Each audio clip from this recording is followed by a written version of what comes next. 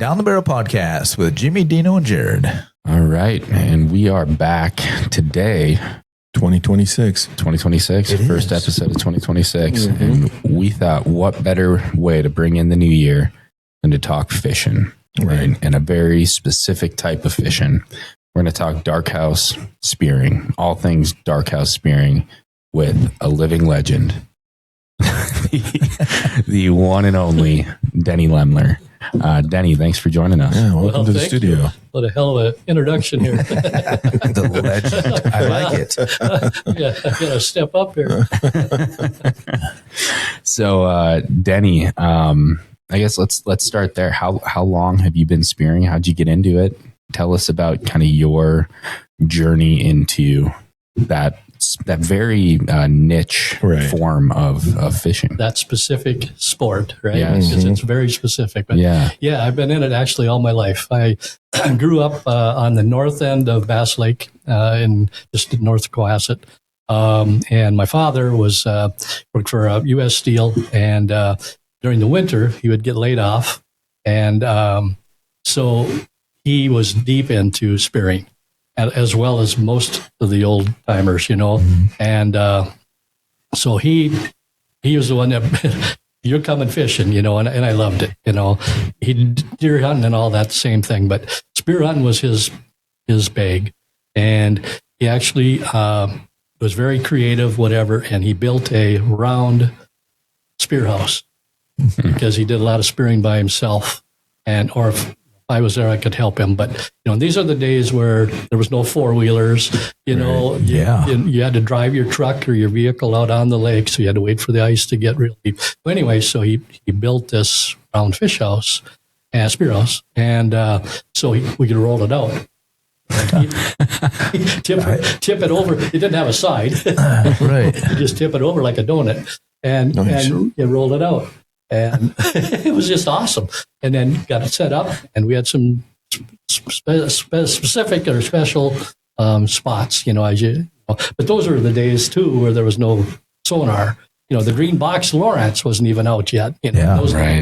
And so it was all by string and, and by 6 feet long. And, you do the arm length, and that's where your depth, and all those kind of things. But anyway, so we'd try and get our same spot, and we got a lot of big fish, he did. And I did as well, but out of that lake. And so that's what started me, I guess, hooked me good. And then kind of progressed from there, went through high school, college, whatever, and got married. And then had Brent, and he played hockey. So we had a fish house. I had a fish house all along with a partner. And but Brent got into hockey. That kind of took care of the weekends, and you're working full time, whatever. And, anyway, so my partner and he was a police officer, and so those guys have all kinds of time. So a good partner to have. So we hooked up, and when Brent finished hockey, then I got back into it. Picked up an 8x10 all aluminum fish house that a buddy of my partners had built, and they went south for the winter, so they sold it to us. And so we hooked up, and it was a fantastic house. The hole was like 5 feet by 40 inches. Two people could spear out of it. It was great. Anyway, so we put it up on Pacagama Lake, and we had some spots out there that were kept bouncing around, but that we got some big fish out of that lake. And so, it's a lot of work, those spear houses, as you know, but it's just a blast trying to keep up with it and whatnot. So we did a lot of spearing over by Tioga, and bounced around King's Landing, out by Drumbeater. So yeah, we fished, speared on Pacag there for about 15 years with that big fish house, and it was great. We'd try different spots, and there was a lot of guys that come to the house and entertain, you BS, whatever, and have a good time. But we pulled some big fish out of Pacag, and seen some big fish as well. a variety of fish. You see walleye, you see lake trout, you see muskie, you see bass. It was just a pleasure to fish in that, and the water was just clear as a bell. Yeah. So fished that for a number of years, and then my partner kind of had some health issues, and one time, not funny, but he had one trip out there, and we needed to jack up the house because it was getting warm, and elevate it up a little bit because it's starting to slush up, and he started jacking it up, slipped and fell, and it knocked him out. Oh gosh! He was by himself, and so he laid there for a few hours, and until he came to actually, and then kind of wiggled his way. And those were the days we didn't have cell phones. I mean, you did, but you didn't. He didn't even know how to run it. Right. But anyway, long story short, he made it off there, and that kind of ended his trip. But kind of wanted to back away from that, and it's understandable. But we did take that over then to Loon Lake from Picag because it was a lot easier to manage it over there. And he had backed away, but I could at least kind of go from there myself and with my son. So we fished Loon, and that lake is just a phenomenal lake. Yeah. It's a good friend of mine, another cop, his name was Tim. And said he was also a guide for Tasca County Guide Service. They were big business, and he was full-time guide as well. I said, Tim, we're going to be quitting on Picag there. We're going to move over to a different lake. Which one would you suggest? He said, well, there's no doubt about it. He said, when anybody calls me and asks for big bass or big northerns, he said, I take them to this lake. What lake is it? So he told me, and said, let's go check it out this summer. So jumped in my Pro Guide, at the time actually a Pro V, Lund, and so the sonar and everything. So we zipped that lake, and it was just on the rail. This was before fast forward, or the live scopes, but you could tell there was some big fish. And set her up there and enjoyed some monster fish. Nice. Yeah, we got 3 fish over 20 pounds out of that. Jeez, it's just crazy. I got to tell you, the last big one that I got out of there, I was just sitting there in the house, and Tim had come in. He said just to stop by and BS. I said, Tim, you're sitting right. My hole was in the center of the house, but the fish had come from the south. So I always sat on the north side of this hole. So when he came, he sat on the south side. And I said, Tim, these other fish, these big fish, and I'll back up a step here. On one side of the hole, I had 9 feet of water. The other side was 21 feet. Oh, wow. Yeah, that's great stuff. Just a big break, And I said, Tim, you're sitting right where big northerns come. And I got those 3 that were over 20, but I had seen a lot and got a lot of fish that were 10, 15, 20 pounds. They all followed that same, just like a deer path. Right. They're big fish, And not very often, but I mean, not every day or anything. Anyway, we're sitting there, and of course, he's sitting on the south side. I seen this fish come, like a number 2 shovel, the head coming in, and I could see that. He couldn't see it.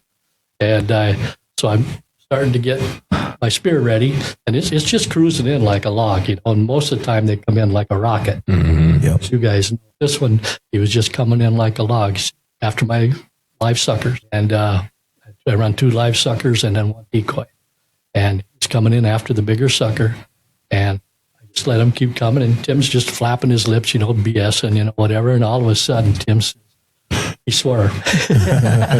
Oh, yeah. And about that time, I wasn't going to give it any time, so I launched and got a perfect shot right behind the right, and so it went down, but it's on the deep side. Oh, geez. So it goes all the way, and I go right to the bottom because I knew this thing's going to go wild, and I have a big long spear rope, and it went to the 20-foot side and went right on the bottom, and then of course I pulled the line up to get it taut. To keep that spear on top of that fish, but it's down there just flopping, going crazy. And so finally I said, after it calmed down a little bit and the water kind of calmed down and could see down there good again. And I said, Tim, I said, this fish is going to be going crazy when I start pulling it up.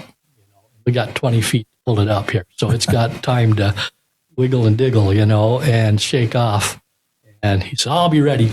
He pulled the chair away. And he was a football player too, big, strong guy. And I'll never forget this. So I pulled it up and I started coming, and that fish was just flopping like crazy. So I went faster I could, up it went, got to where I could put both hands on that spear. And I said, it's coming, Tim, and I'm going to flop it out there. And I flipped it, and it went right, and he just barrel dived on it. He was a football player, He just toppy flopped right on top of that thing, and he had his arm around that big fish, and it was flopping, and his tail was hitting the face. I said, could have speared yourself. Right? No doubt. He wasn't letting it get away. Oh, man, he was just in seventh heaven. He grabbed that thing, and he said, I'm going, and he kicked the door open, and we opened threw that thing outside, spear and everything. Oh, jeez. So that was quite the show. You'll never forget that one. That makes it easy to get hooked on spear. Yeah, no doubt. And when these things come in, they're like a rocket, and most of the time. And Jared knows this. He's been fishing it, and they come in, but my theory is if you don't spear at them, they'll probably come back. Right. Come in, they'll hit that sucker, they'll take that sucker, munch on it, and away it goes. But if you spear, it's over and done, and miss it. But if you don't, just let it be. In a few minutes, they'll probably come back for the other sucker. That's why I always run 2 suckers and a live decoy. It's kind of my philosophy on it. Okay, yeah, like I say, you just never know what their intent is, but usually they come in very, very fast, and because they're hungry. And northerns are very aggressive fish, and even if they're not hungry, they kill. They want to kill that, because they want to beat it up, whatever. So that's usually the speed is wide open, and so you just got to use caution. And like I say, I normally, unless I get there's always that fraction of a second when they hit that sucker and the live sucker and have it in their mouth. There's that instant that they freeze. It's like deer hunting. You better, that's your shot. Okay. Take it. Mm-hmm. But if you miss that shot, if it's still moving or whatever, and going out, you're going to probably miss the fish. And because they're going to take off the way they came in, but it's that fraction of a second when you can get it. Otherwise, don't spear, let it be. And I run 2 suckers, so they'll come back, for the next one, because they're not even though they might be full. I mean, I've cleaned big fish, and they'll have 4 or 5 suckers and or crappies or bluegills or whatever in their stomach, and the third one is in the tail's in its mouth or in its throat. That's crazy. And they want more. So.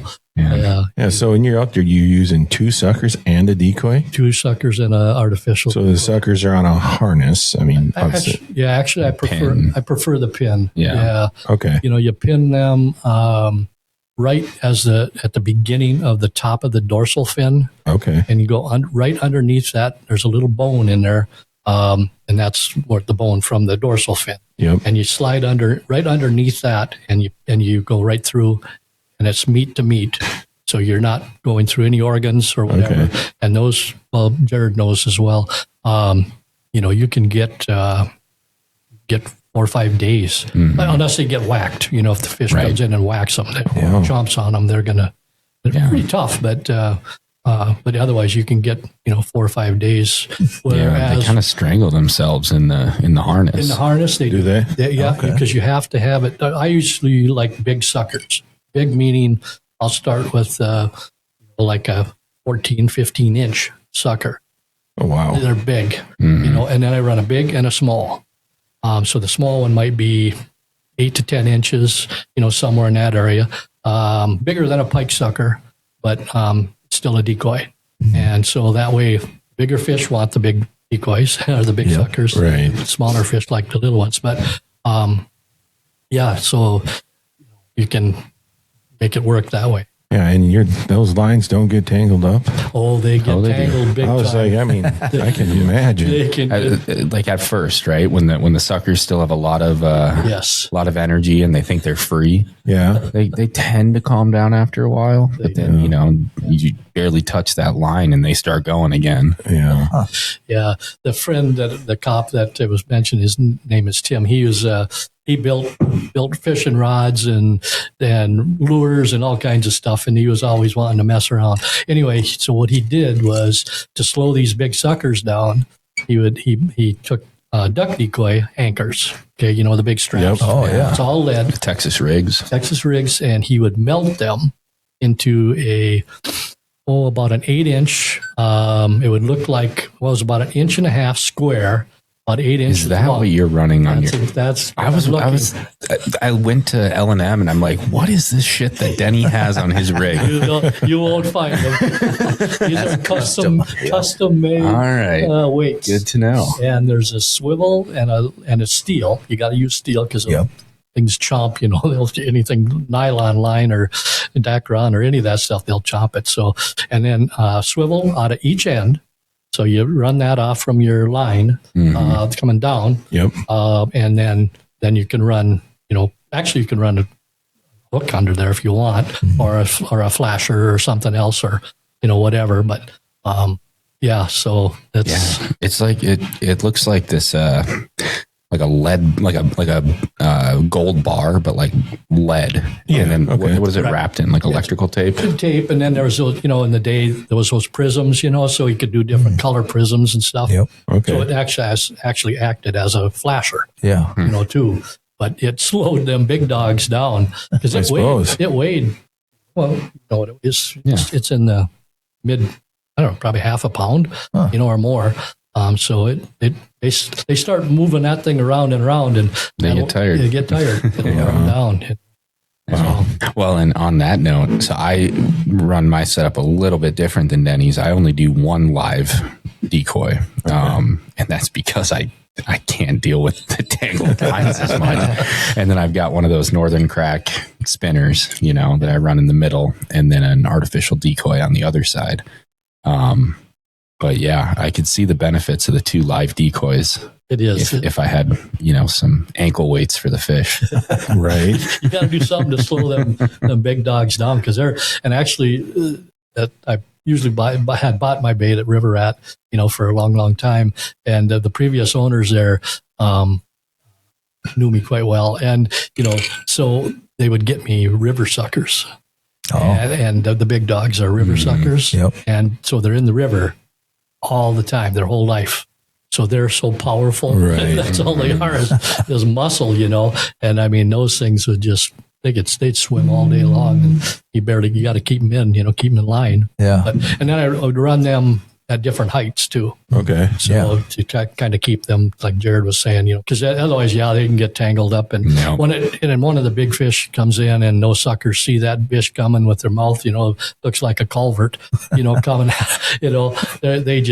they go nuts. Well, yeah, I can't blame them, I guess. Yeah, I can't blame them because they know they're going to get chomped, Yeah, but it can be a mess, when you got 3 lines down there and a spear with a tether on it, and a fish that just wants nothing to do with where it is right at that moment.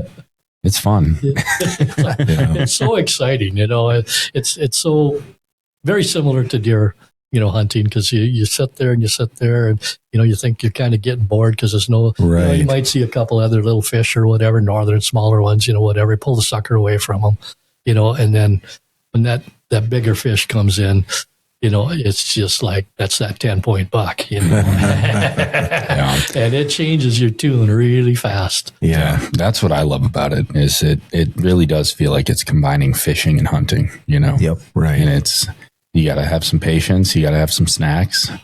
Right. And when that fish comes in, your heart is racing. Really. And you got to make a shot, like you don't just set the hook. It's fun. It always seems to be when you have a cup of coffee on your lap, or a sandwich, or a snack or something, and you're still looking, but you're, and it's like, oh, wow, it's just, it makes your old heart just go like crazy there. Yeah, and you can still get those big northerns even today. I know it's a lot harder. I mean, I know you guys have your own little lake you guys have now, and you have some pretty good luck. But I mean, is that pretty lake specific, or do you still have some lakes where you can go and catch some good ones? Yeah, I do, and we're on one now. That's a really good lake now. But after we kind of finished up with Loon.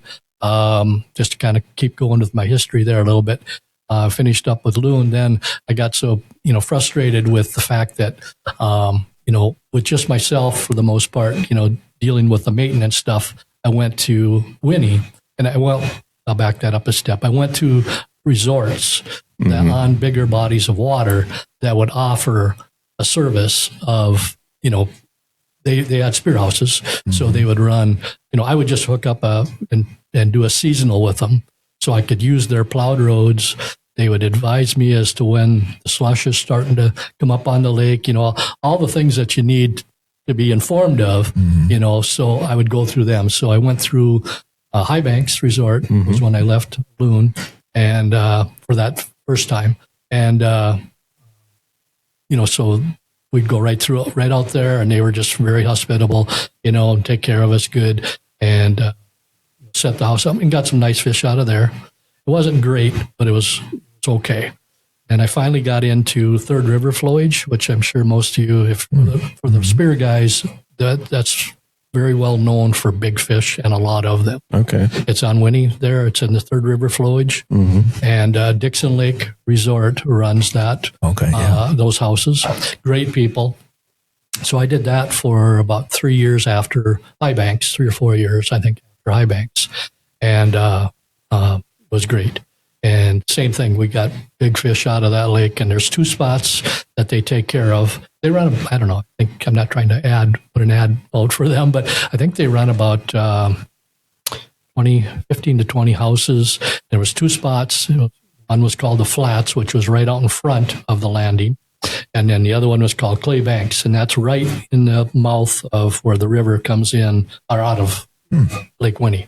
So both spots are good at certain times of the year. So I'd usually go over there, go out to the Flats to start the season. And as the season progressed, start to slow down a little bit. And then I'd move over to the Clay Banks and finish it off there. Same thing. A lot of good fish out of there. And with good fish, I'm referring to over 10 pounds fish. Right. Wow. Whatnot. So what's your biggest fish? 23 and a half. Got 3 over 20. See, I wrote this down. Oh, so came with notes. So I could remember here. Let me find it. Okay, 22, 23 and a half, and the last one was at 24 and a half, the one Tim tackled.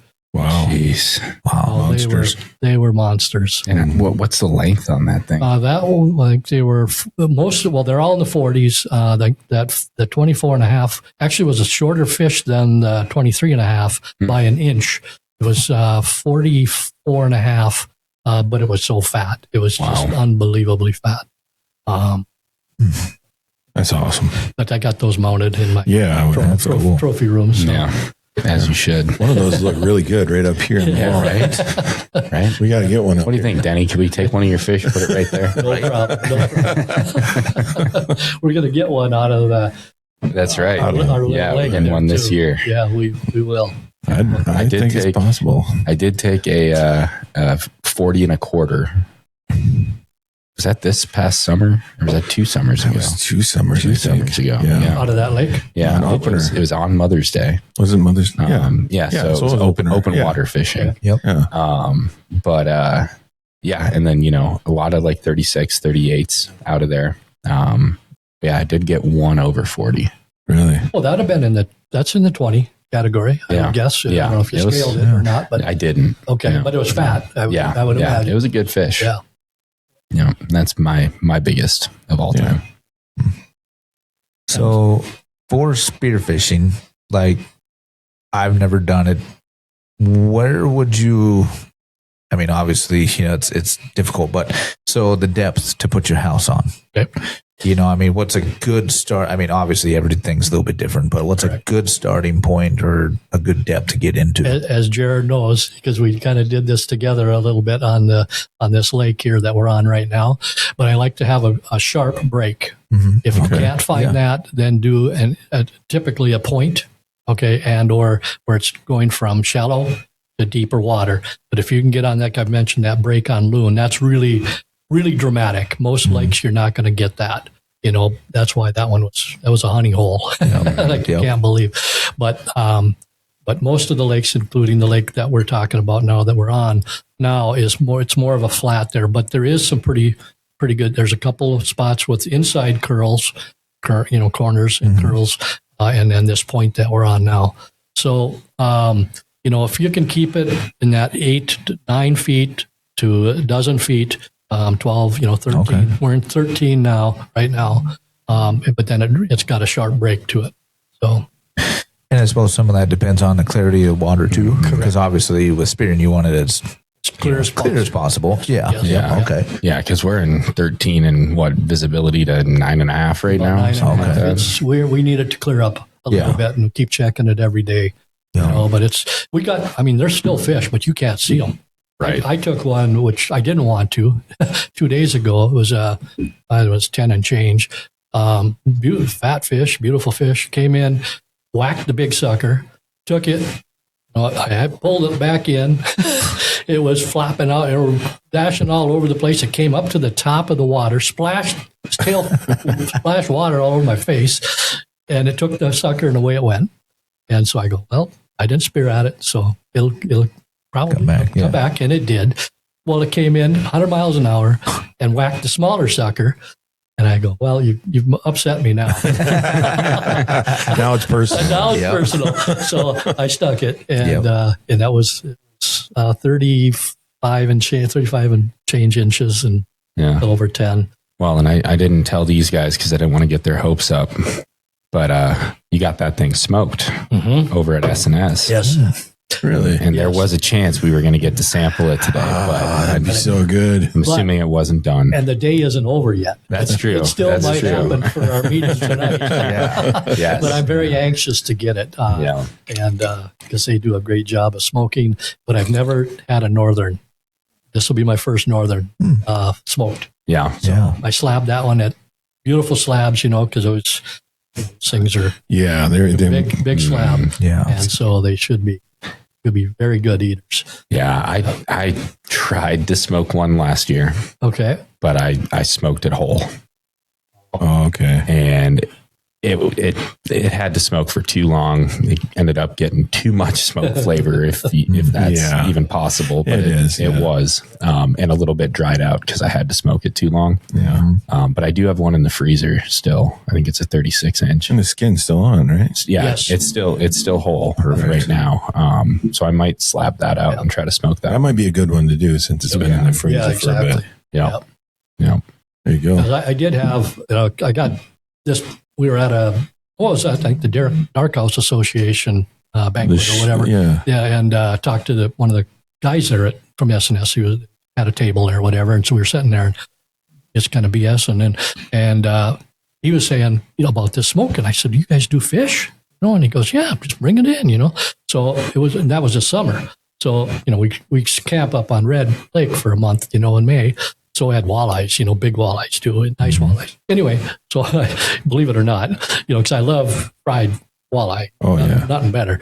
But I said, I'm going to have them smoke a walleye. And it was great. It was fantastic. That would be awesome. So we had an event at our house, whatever, and threw that out there. Man, everybody was, first they said, you smoking walleye? Said, yeah. Why not? Yeah. Why not? Well, it was all bones when they're left, it was all skin, whatever. So they loved it. So I'm really anxious to test that northern. Oh, I bet it's good. You eat something enough times and you're willing to try to get creative. Yeah. Right. I would definitely try to smoke a walleye. Why not? It was, and it looked great too. It's got that glow to it, and the skin and stuff. Yep. So it was very good. Very excited to get that. As soon as I do, you guys will get some. So. Yeah, seems how we didn't get the invite for the smoked walleye. Right, right. You know, at an event, but that's funny. I didn't get invited to that event. This is at the campground now. Oh, there we go. Okay. So everybody All right, says, we'll let you go on that one. Go to then. Lemler's because he's got a fish fry tonight, you know. And so they're as soon as they bring out my fryer, then we're friends. Yeah. Oh, yeah.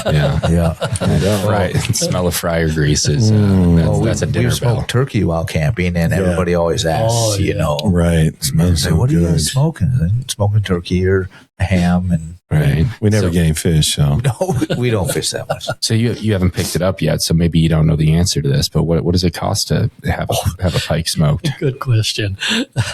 I picked up the walleye. I don't even know what. I didn't look at the per pound or whatever. I picked up the walleye. This was a 20 inch, I think, walleye. You know, because you get 1/17, you know, whatever. Yep. And so I took a bigger one and did them. So you got 2 fillets, you know, slabbed it, 2 fillets, and it was $3.57 To have the whole smoked fish? for the whole fish. for both fillets. What?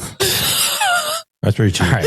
I'm going to sell my smoker. Right. Why would you? I'm going to make a profit. Exactly. Well, I'm not going to bother, you know. Right. with Not at that trying price. trying to do that. Man. So it'll be interesting to see because actually I weighed this northern. It was 10 pounds and change, and the 2 slabs were a little over 4 pounds of just meat yeah. and skin, you know. Yep. And so I'll see what they charge or whatever. But Yeah. you know, I bet it's probably going to be $5. Yeah, I was gonna say, I mean, I guess you did all the work to fillet it up It's and prep. everything, Yeah, it's and they're prep. running their smoker anyway. It's just a matter of when they have that little Right. extra space to throw it on. Yeah. So Makes sense. that's a good deal, yeah, no doubt.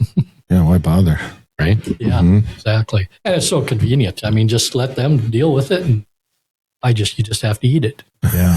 I can do that. I can do that. Right. I think that's a good thing for one of our upcoming episodes. Let's get somebody from S&S talk about smoking fish. You got it. All the That's deer a they good- cut good idea. up for hunting, and That is a good idea. hides. They're a great supporter of, Oh, of exactly, hides and yeah. everything. Right. Yep. Yeah. They always support our banquet very, very Yeah. well. And so we try and reciprocate, you know, whatever. Yeah.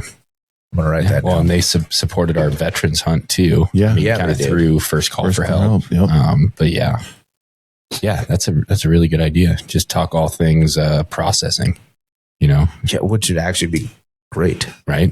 So Because we can talk all day about Eating. shit we pretend to know about. right, Let's actually get an expert on They it. know about it there. yeah, I can talk all day about how long it takes me just to bring it into them, and have them do the work. I gut shot this 2 months ago. Can you salvage anything? Can you And make it's it good? amazing. Yeah. Oh, that's cool. Man. So we kind of know where to set up a spear house. It seems like I always see spear houses go out on early ice. Early ice. Why is that? First ice is, and it's got to be safe enough, you know. And I Right. figure for I got a Lumilite now, you know, it's 5x7, weighs 380 pounds. That's what exactly I wanted because I had to move it myself and jack it up, you know, all that. But anyway, so I want 4.5 inches of minimum ice, not clear ice, but good ice. Okay. But yeah, and the reason for that is that the fish are really hungry because they haven't had much all fall and whatnot. And so, and with that, when it caps like that with the ice, that triggers them and their teeth are back in, their gums have reduced, you know, whatever, and they're ready to go into the feed bag. And so I try and get them, you know, into the big fish and right away. And most of the time, it's bigger ones are in late December, early January. So ice is, you know, it's good ice, it's safe ice. It's not first ice, but that's when those things seem to run the best. Okay. And I spear also. I go up to this year, last couple of years, went up to Captogama and speared up there, and I go out of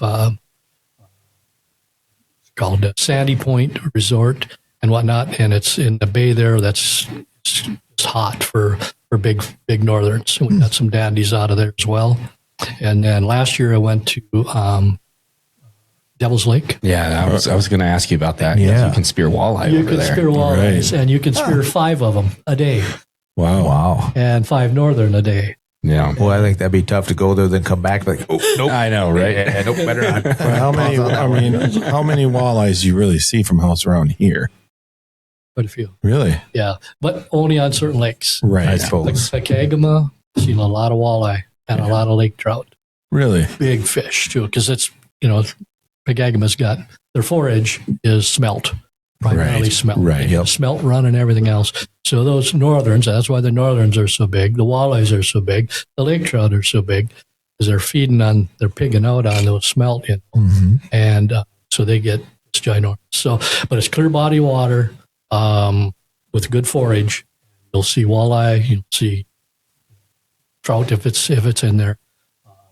In a lot of lakes. And Winnie, you'd see them up there too, on the Third River. Not as many as Picag, but and when you'd see them, they'd be big fish. But they're usually right on the bottom. But to kind of echo when we were talking about Devil's Lake, Yeah. okay, I'm an old timer, right?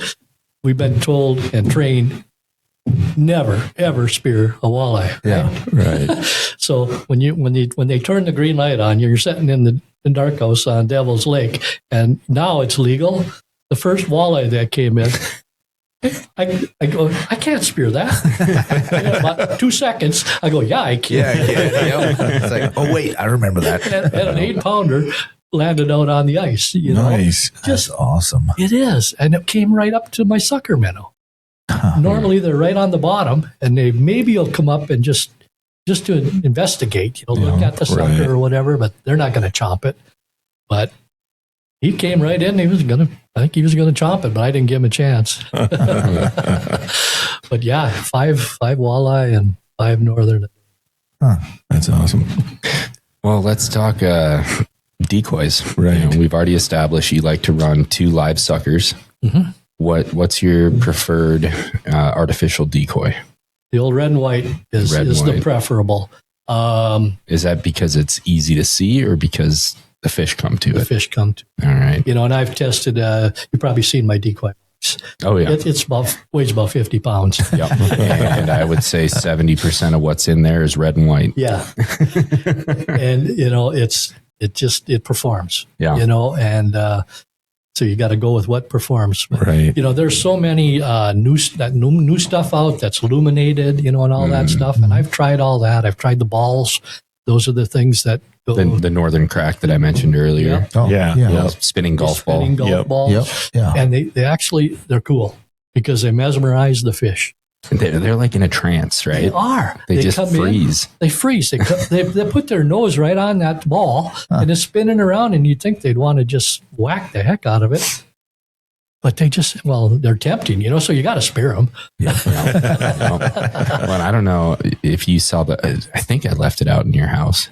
The one that I took 2 of them, made them into one.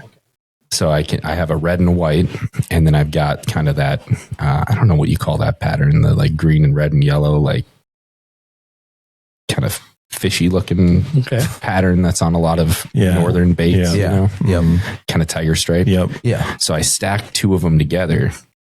So I've got like this long one, and that I just figured, might as well maximize the amount of colors I have down there, depending on what the fish are interested in that day. Yeah. And they come in and, they'll come in pretty quick, and then they see that and they just stop. And they sit there, and it's like they're looking at themselves in the mirror. It gives you all the time in the world to set your coffee down and, get your spear ready and make a good shot. Yeah. I love those things. Never speared or never had a big fish come in, big fish. I've had a lot of good fish that came and smaller fish that came into those things. So I can't answer the question on what a big fish would do, if it would chomp it or not, or if it would mesmerize that. But yes, you're 100% correct. That it just slows them down. And if you want to have fish, take fish. If you're pickling or, just want to eat fish, that's the way to do it. Because if you don't, then they come in like a rocket and you might not have a shot at them. Right. So yeah, there's definitely, they're very effective. Yeah. So stupid question. Size limit. Is there a minimum? Yeah. Depends on the lake. On northerns, yes. Yep. Okay. Yeah. So how do you tell? Yes. Go ahead. how big a fish you got. That's the magic question. Yeah. And water magnifies. Right, exactly. So it's got like the old adage for whitetails, ground shrinkage. Right. But it's the opposite because they get bigger, they look bigger, and then Everything looks bigger underwater. Then you bring it out and it's like, oh, it's not that big, but it's tough. It is. What I do, this is just myself. I judge per my decoy. Yep. If I'm running a 14-inch big sucker and a 9-inch, whatever, I use that when they come in if I got time, and that to kind of equate the length of those fish. And you can tell, when they come in and Jared's probably experienced this as well, but it's like unbelievable when they come in and flare out their gills to eat that sucker. Yep. They look like alligators. An alligator. Their head looks a foot wide because those gills flare out. And so it's so deceiving. And then they whack it. And so then you can judge how much decoy is hanging out on both sides of its mouth. Right. It's a head on one because they always hit it in the middle. They'll always hit that sucker in the middle. And tails out of the other side. My kind of go-to before I throw the spear is if that fish comes in and I don't go, holy shit, I'm not throwing the spear.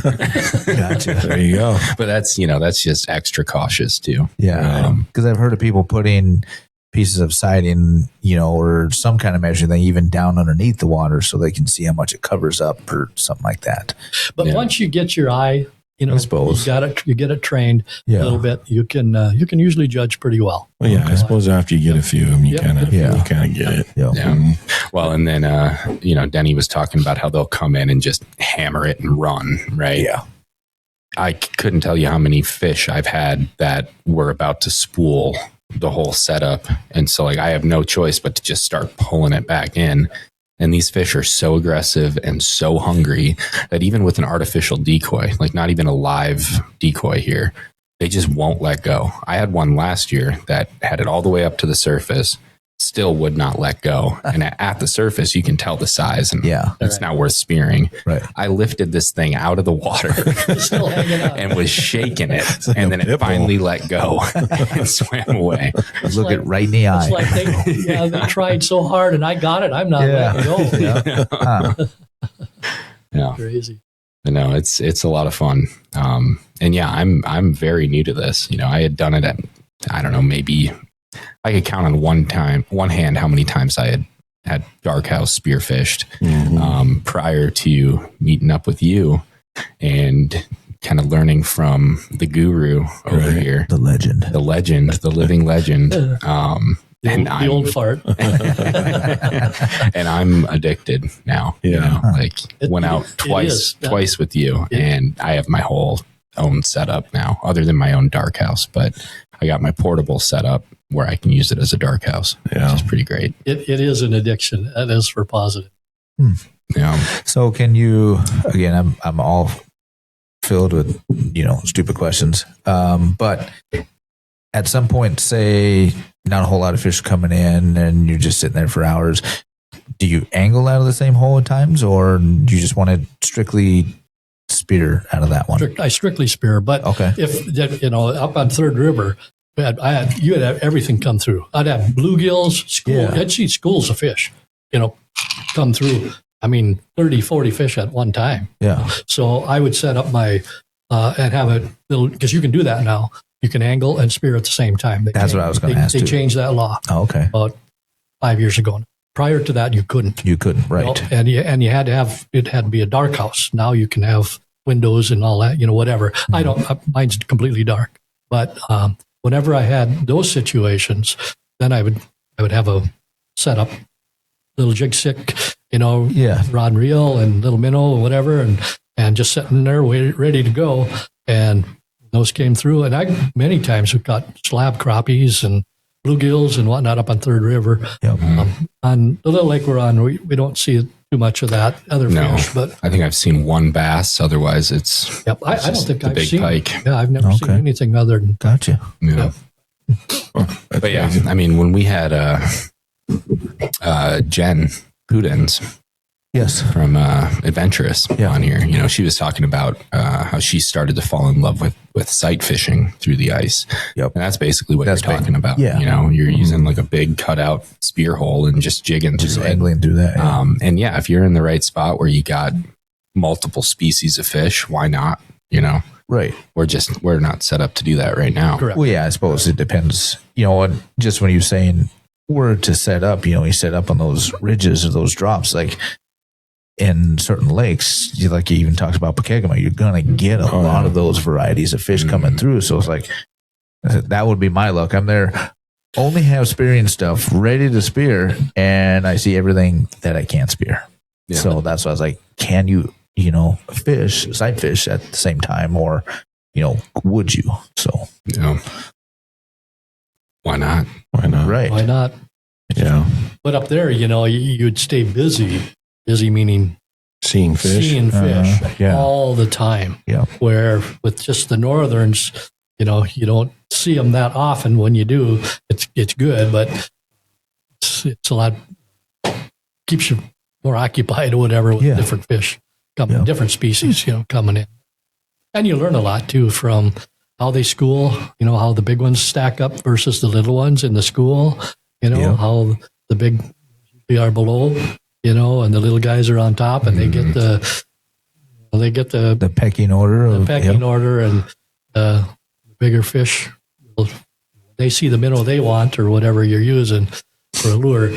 I mean, they'll blow right past them little guys and come up and take it. You know? Yeah. So you kind of learn a lot from that.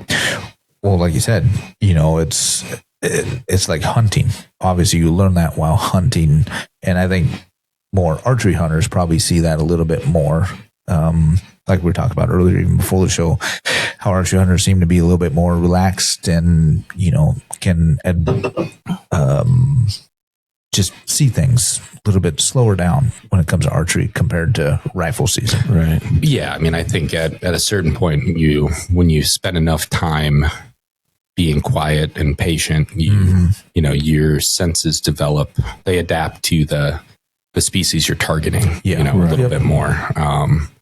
Whereas a lot of the, you know, nothing against it because we all do it too. But like Sure. firearms hunters, you know, you're in your box blind. You know, you're not as like immersed in what you're targeting, you know, and I think the same with spear fishing and regular ice fishing, where, you know, we were just ice fishing and we had a boom box playing, Yep. you know, like, and you just happen to have a pole or a rod in your hand that you're Yeah. jigging every once in a while. Right. Whereas spearing is much more like I am focused on what I'm doing because this could happen any moment and I need to be ready for when it does. You know? Yeah. So, I mean, we're speaking of spearing here. Let's talk about the spears.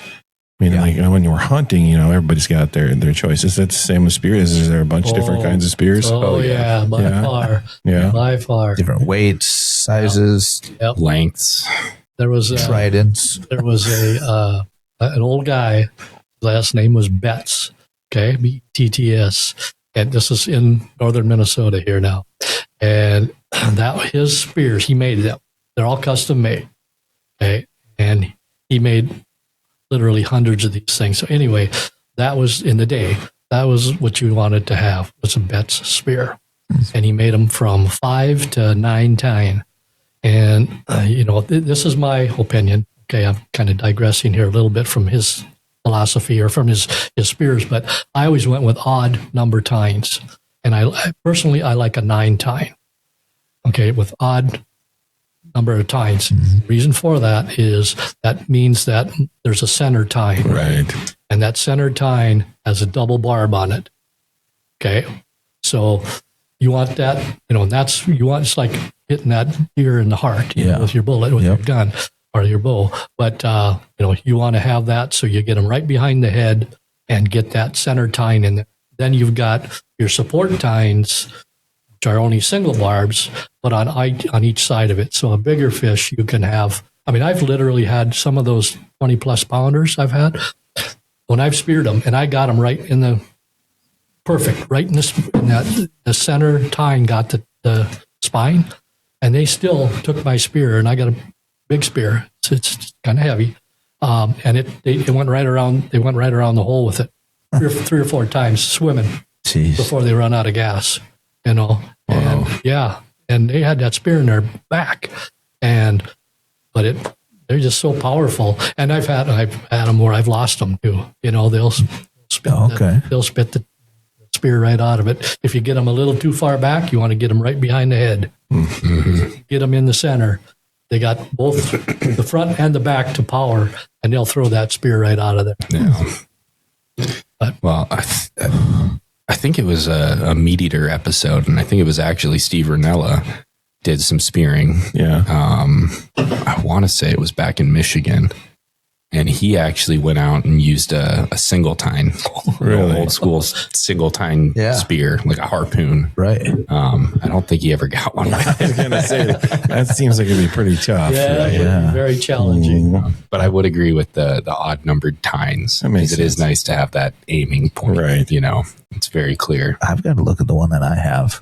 Yeah. I've got an old one from father-in-law, and it's got to be an odd one because it's got quite a few. So I'm assuming it'd be an odd number. I bet your father-in-law is like probably 50 years old then, or something. Oh yeah. That's probably a bet spear. Yeah, it's all steel or what? Yeah, it's heavy and rope tied around. At first, when I looked at it, I think it was last year we talked about spearing. So I was like, oh hey, I've got one of those. I know where it is.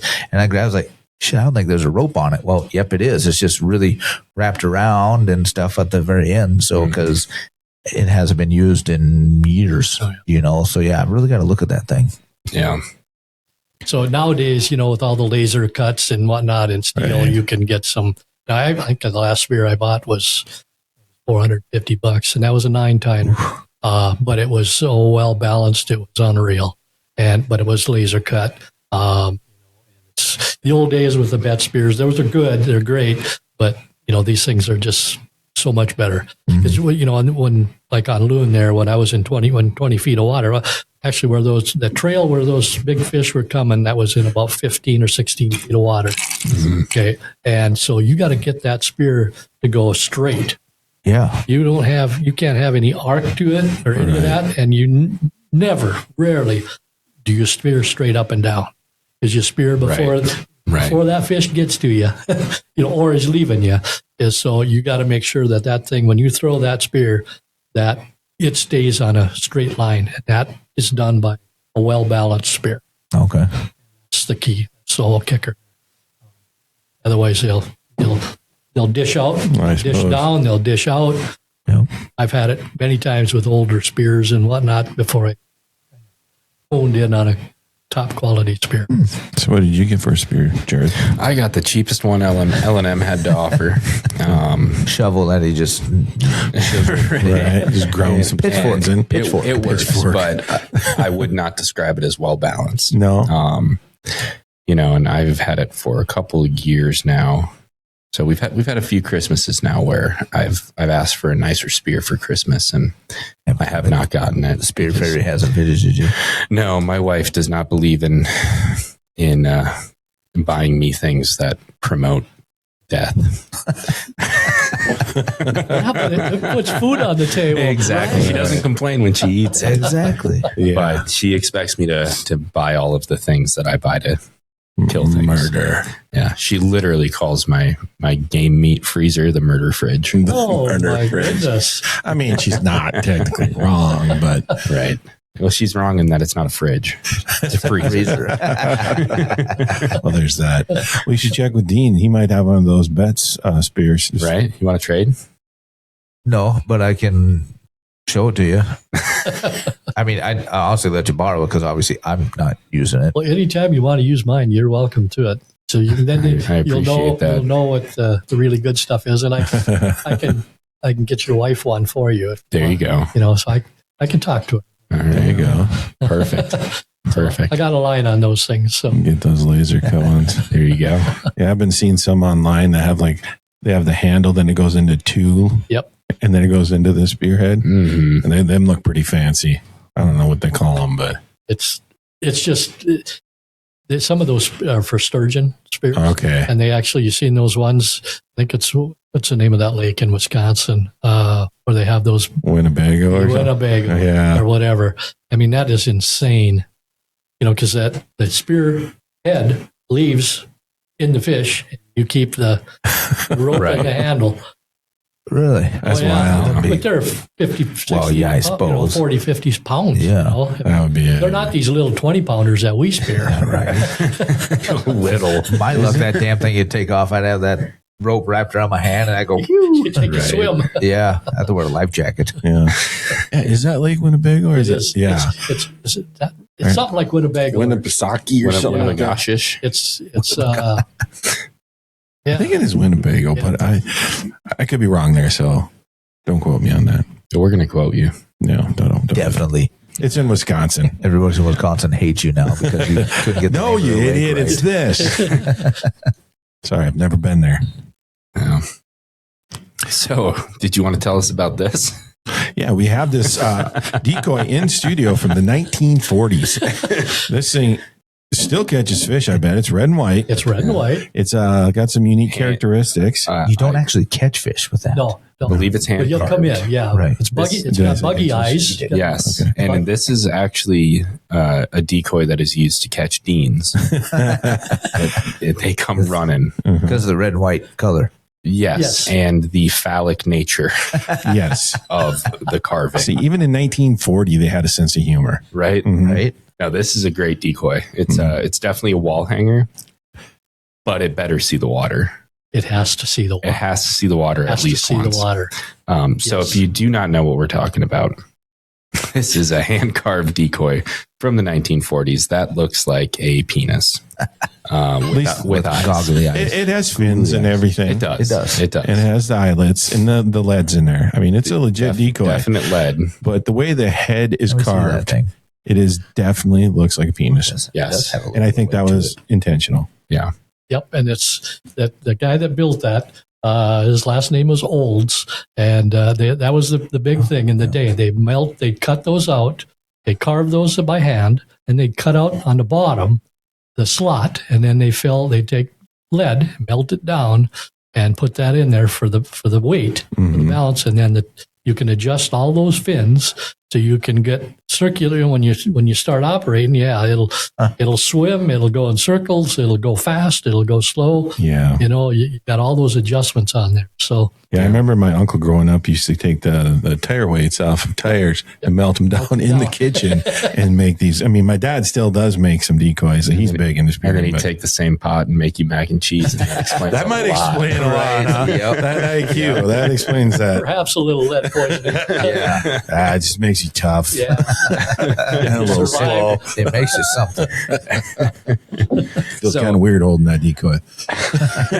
That's just because of the way you were holding it. Is that what it was? Close So your I know mouth. we I'm are. not used to that big.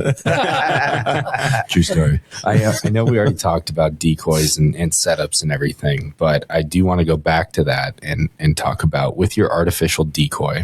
What action are you looking for? Because a lot of them, especially the newer ones, they've got the 3 different attachment points that give you very different action It's very sure. in the water. Yep. So what's kind of your go-to? How do you determine? I start with small circles. Okay. So when you elevate it, do a pull up, maybe 2 feet or 3 feet, make one complete revolution or maybe 1.5, whatever. So it's a tight circle and do that, and then I'll let that set for a little bit and see what happens. Maybe do it again and then back it off a little. So then take that back fin and reduce it. So the more you take it and go this way, it's going to have tighter circles. So more you So straighten. the curve on the tail. curve on the tail. The more The more you- dramatic the curve, the quicker the circle. quicker or tighter the circle is. And then you straighten that out to go big long swings because you can go actually outside your hole with these, Oh, wow. yeah, you can make it go that big of a swing. And I found out you can also go around your other line. Oh, I was wondering. It seems like you can tie a pretty good knot that way. Yeah, we've all been in that dilemma before. Right. And then in terms of, so with the attachment points, right, that determines the speed of the circle? No, just the level, angle. the level of the, because you can pull that so it's like it's it's going up. Right. So it's getting away. It's trying to go up, so you pull that the front eye is going to go more up.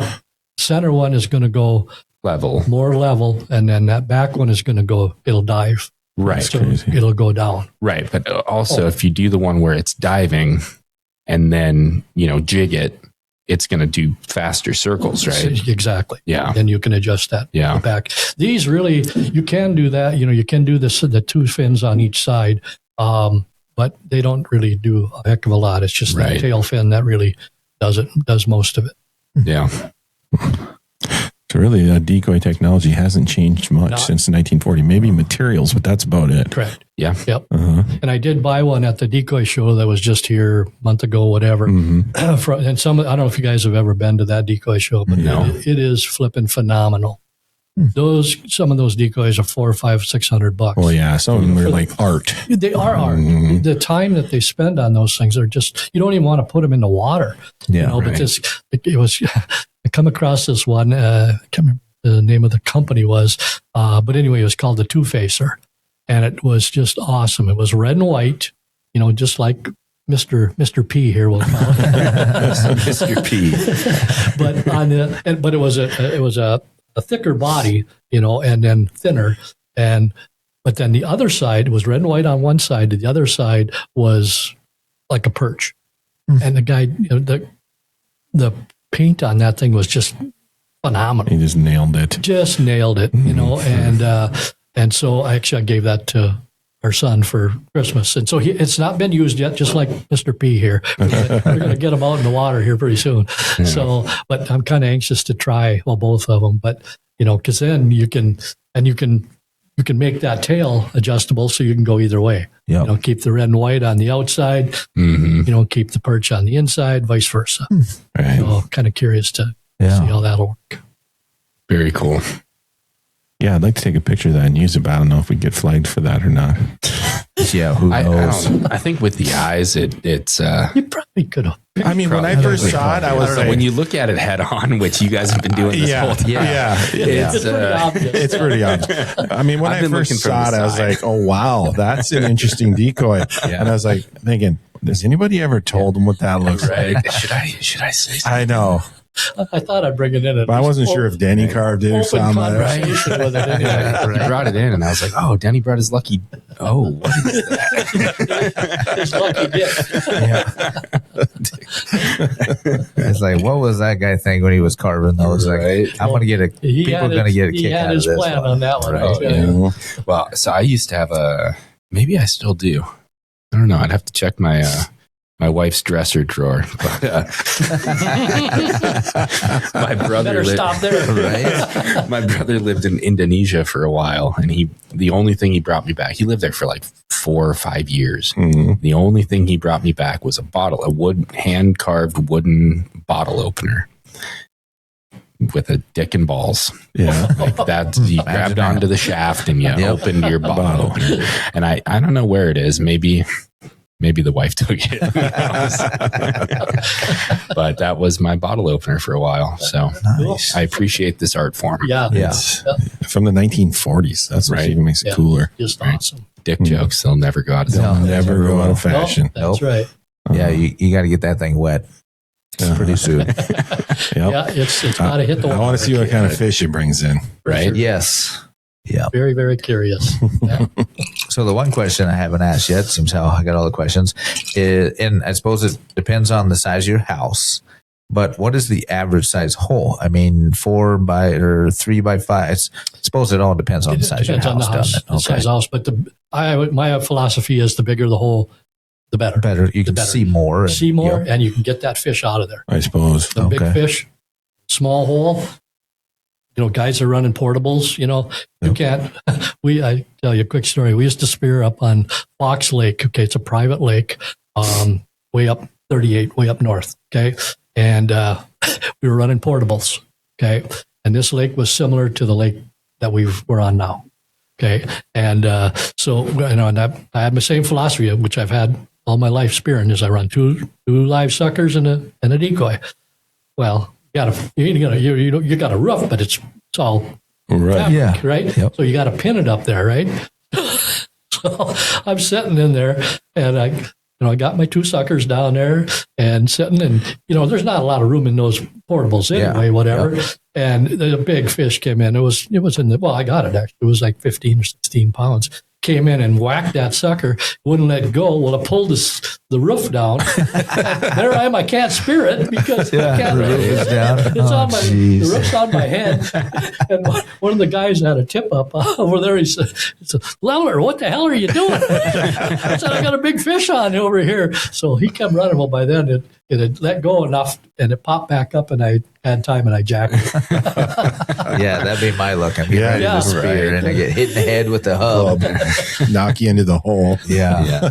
That is the one possible issue with my setup is one of those hubs popping down. Yeah. Right. Yeah, because then you're stuck. Yeah. You got to get it. And one of the questions the question that hasn't been asked is how do you throw? Yeah. But and that's it. Yeah, everybody's got their own. Do you thing. drop it or do you throw it? Yeah, I throw. Yeah. Okay. Because I want that thing to move fast. Yeah. So it's a 2-hander.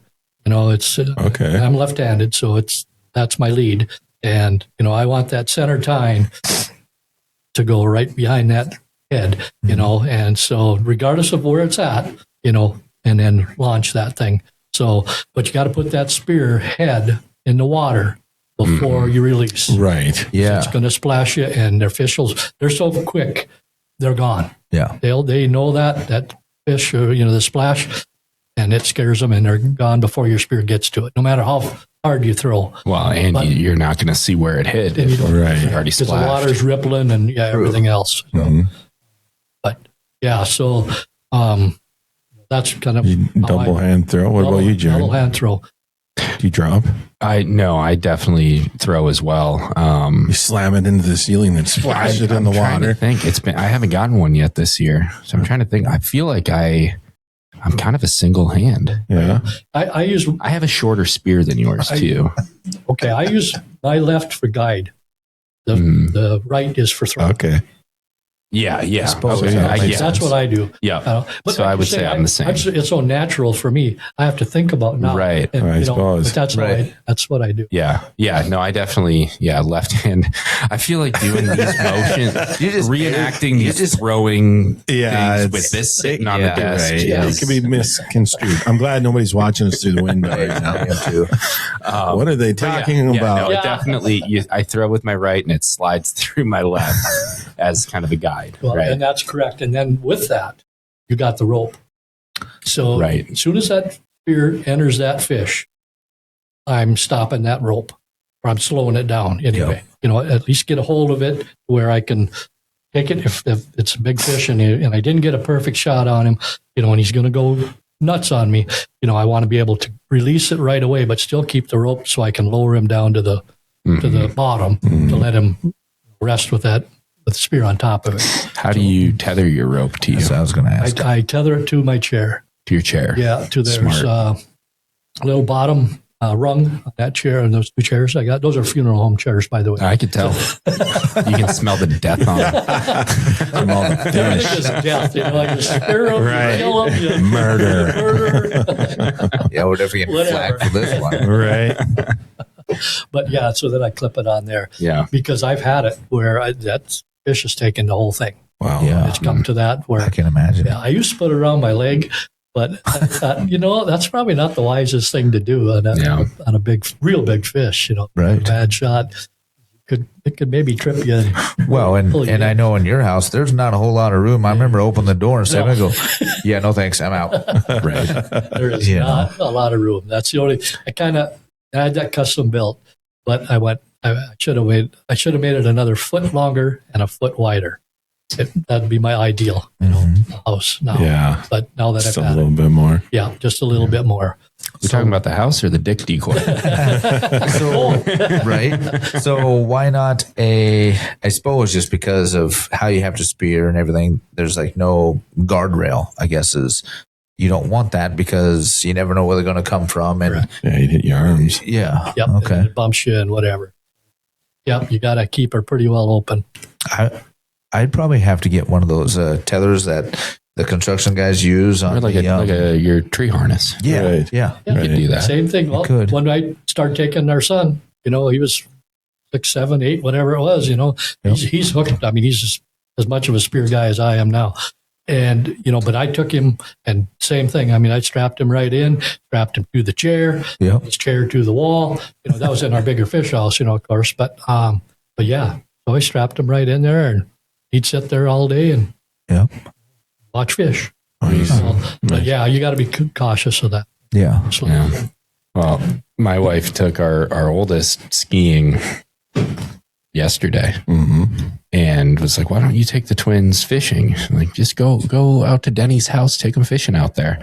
I was like, I'm not taking 2.5-year-olds into that little spear house. She's like, why not? And I was like, have you ever looked inside that thing? She's like, well, no. And I showed her a picture and she was like, yeah, probably not a good idea. Yeah, they'll definitely get wet. Yeah. So we ran tip-ups. Oh, yeah. Get them 2 years, that'd be 5, 6 or 7. And, Yeah. then you can And strap tie 'em off. You can tie them off and, Yeah. and be wise about it. Anchor them to shore or something. There you go. All right. So we've talked about the setup, spearing the fish, the houses. Okay. When you get these big northerns, how do you clean them, Denny? It's called the 5-way. Okay. I was wondering. 5-way method, and big or small. Oh, even the small ones, Yeah. huh? Other than if there's people, a lot of women ask for pickle, smaller fish for pickling. Yep. Whatever. I just slab them. Okay. But I don't fillet them completely. Mhm. But if they're eater fish, I 5-way them. Yeah, and I think the one that I caught last year on the same lake was I did that five flay method, and it was so much easier with those big fish. Oh, I've tried it so many times and never quite pulled it off right, and that was one of the first ones. that's the best way. Yeah, Yeah. for sure. It works out those well. Y bones. I mean, it's a shot in the dark. Yeah. I mean, but the 5-way is the best way to minimize, or to maximize getting them out of there, Right. getting them cleared and have just meat. Mhm. And we love northern. Oh yeah, me You too. can't beat Some of the best. northern in the winter. Yeah. In the wintertime, Right. summer's a little bit questionable because they get real slimy or Right. not. But yeah, it's perfect in the Yeah, winter for eating. they're delicious. If you gave me 2 fillets, guaranteed boneless, and one was pike and one was walleye, I think I'd go with the pike I might For be with you flavor. on that one. for flavor. Oh, Yeah, yeah. I agree. I would think so too. Yeah. Yeah, in the winter and winter. Right. And, Yep. Yeah, I The agree. only thing I might take over it is like an entire bucket of crappies. Yeah, Those are pretty 14 good. inches. Right. Yeah. yeah, I don't think I would. I'd go with the pike all day long. Yeah. They're good. hmm Yeah. Well, on that note, anything else you want to add? We're in an hour and a half, almost hour Are we 40. really? Are we? Yeah. I got to show you a real quick picture. Okay. Yeah. Something, okay, guys? It's If I can find it. it's another decoy. Isn't Yeah, I it? was going to say it better be a decoy. If it's a really good picture, we'll share it too if we can. We need the music, Dino. I know. Yeah, go to music or go to commercial. Right? Don't worry, I can take the pauses. out. First call for help. Yeah, we got to write that one up. Denny's looking at his phone. Play by play.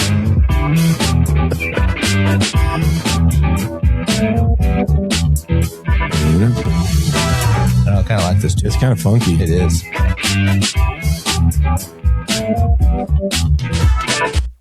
Got to get Jared fired up for the meeting. Right? Mm-hmm. Yep. Wake you up. I've been wanting to do spearing for a while now. Well, I think we had doing a buddy that used to do it, and we just could never meet up. I think spearing is, to me anyway, I mean, Dad, that's all he does is spear. Yeah. And it always seemed to just be so slow. Right. I have Although attention our fishing span the other issues. day was pretty slow. Oh, that was Very very slow. Very Yeah. slow. But The one thing we didn't talk about, and it's maybe just so simple, to make your big square hole. Obviously, got to have a huge. Do you chainsaw? Do you use one of those big hand saw, ice saws? Auger and an ice saw. Auger and ice saw. and then Do we want to talk about it on air? Or? we are on there. We are.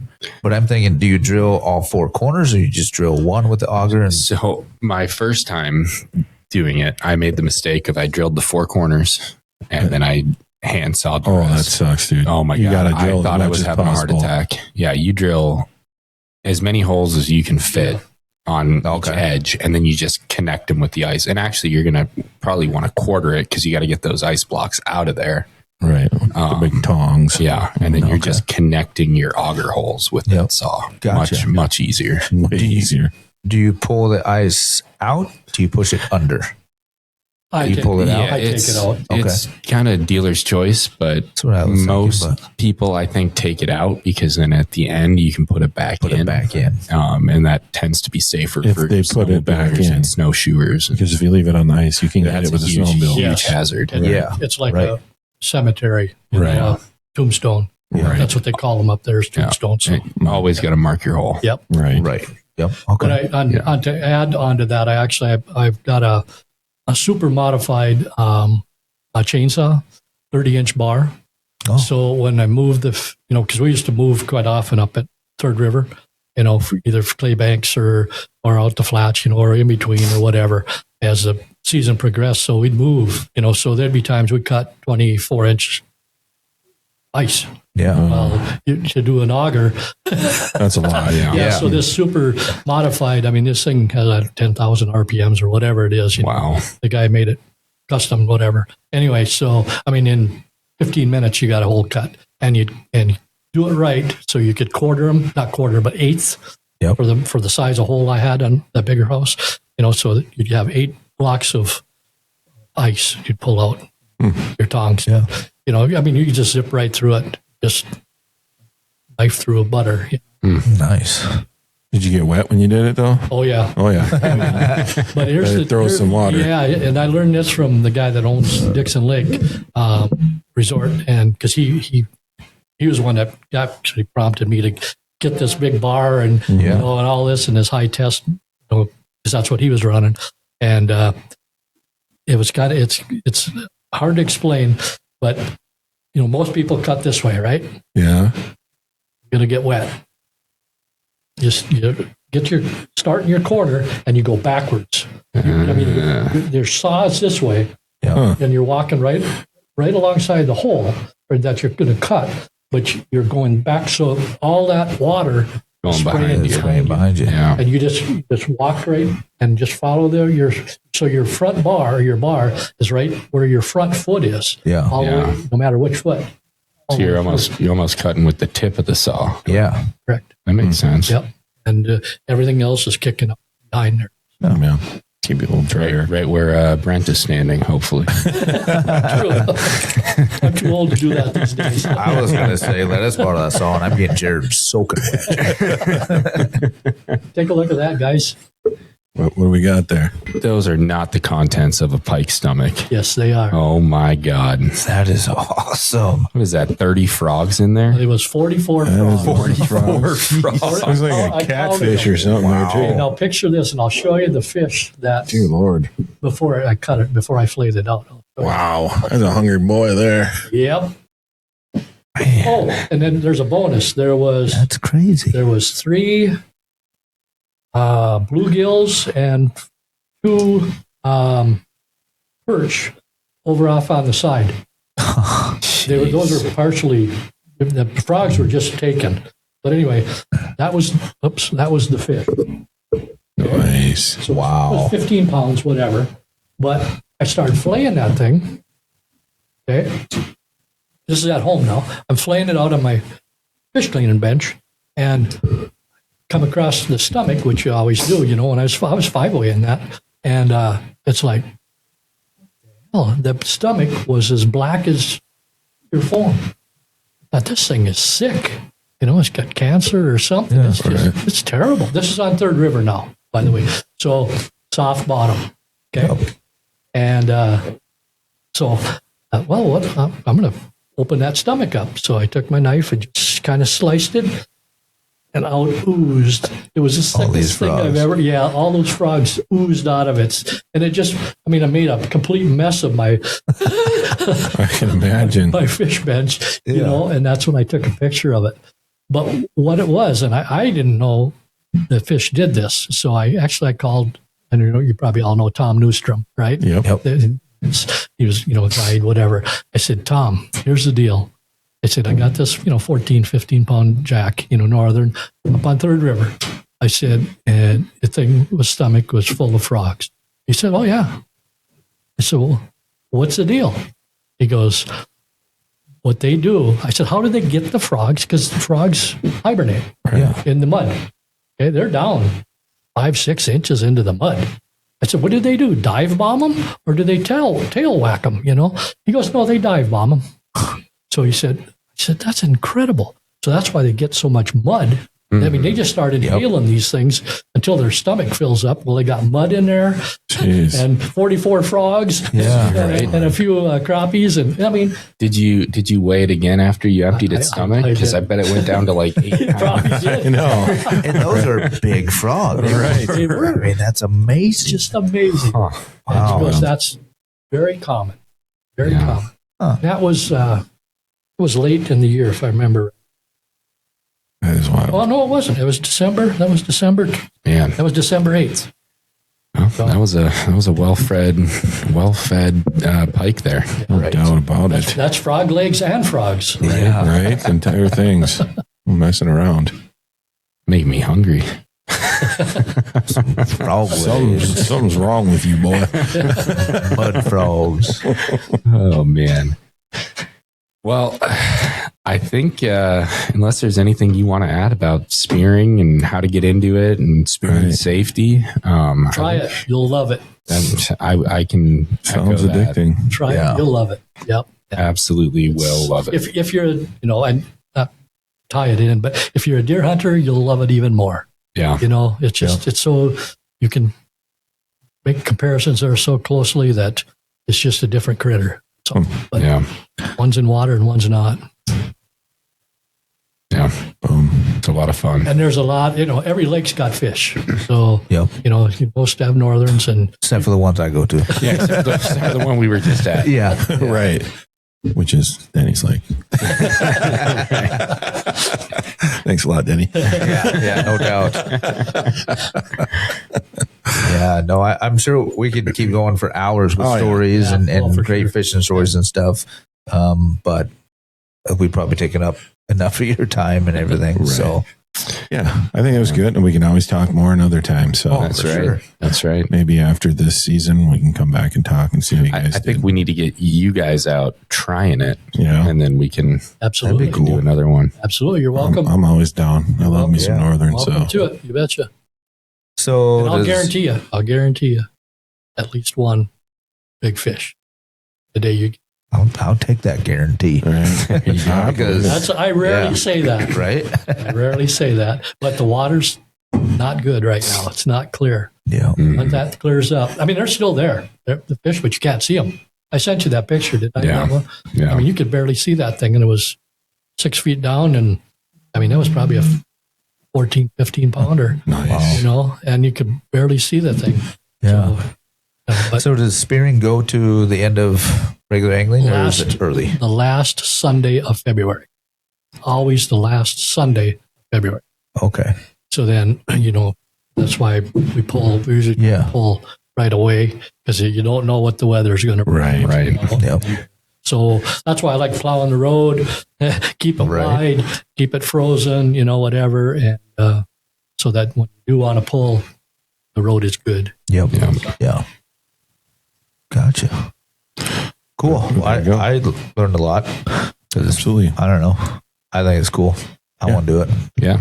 Get yourself a red and white dick decoy. Right? That's all you really need. Yeah. compare- That's really all you need. Throw it in the compare hole and dicks. try to get some fish. I have a spear, so, Right, you do. It's probably, it probably is. Bets. Bets. you think so? I would I guess. think so. I would. When I get home tonight, I'm going to look. I might even bring it in tomorrow and show you guys. I'm going to laugh when it's a pitchfork. Actually, that Betts used to make them out of pitchforks and what's those called? Manure forks. Yeah. Yep. Yeah. Oh, I They would bet. take the tines from those, and then obviously on the straight end, Yep. and Yeah. then go from there. Yeah. And then you build the shaft and Yeah. everything else. But those are super, super strong. and made really good tines. Yeah. Now I got to look. I'm going to look. Yeah. There you go. Project, so You got homework. homework. You got to bring it in because I want to see this thing. Right. Put it through your foot. I believe it. Yeah. Well, thanks, guys. This Well, was no, fun. thanks for Thank joining you. us. Yeah. Appreciate Thank you. it. A lot of fun and good luck out Great there. stories. Yeah, Yes. thank you. And Yeah. likewise. Yeah, Yeah, good thank spearing. Yeah, I need to get out there, but unfortunately, I'm not on the road for about a month. But I'll find a time here and there. Yeah, Just but look at we're the- not. We're not on the road. The end of You don't February. have the key. You're right. We The end of February, we did well out there, guys. We did. There we go. That's End of season. that's a little unusual because usually it's winding down Right. I end of suppose. February. But I was shocked. I was just making notes here for this, about some of we had some big fish there the last 2 weeks. Well, there you go. In Yeah. March, we'll have a big fish episode. There you go. Mhm. We'll see Well, how you guys did. We'll have S&S smoke a pike, and Yeah. I'll smoke a pike, and we'll do an on-air taste test There we go. comparison. Yeah. Well, the one you're going to smoke is like a year old. So. No, I'll get a new one. You might want to start fresh. Birds and, Right. You might want to exactly. start fresh. So. Hell, All right. Well, until Perfect. next time, who Yes. knows what we'll be talking about, who we'll have on. We'll come figure up it with out. something. we'll have a good time. Sounds good. Always. Absolutely. Thanks a lot, Danny. Thanks, Thanks Danny. again. Appreciate Appreciate it. The Minnesota Deer Hunters Association has been building our hunting and conservation legacy over the past 40 plus years through habitat, education, advocacy, and legislation in Minnesota for Minnesota. The Minnesota Deer Hunters Association and Wolf Dot Report proudly sponsor this podcast. However, please note that the opinions, topics, and guests featured may not necessarily align with the views, beliefs, goals, or mission of our sponsors.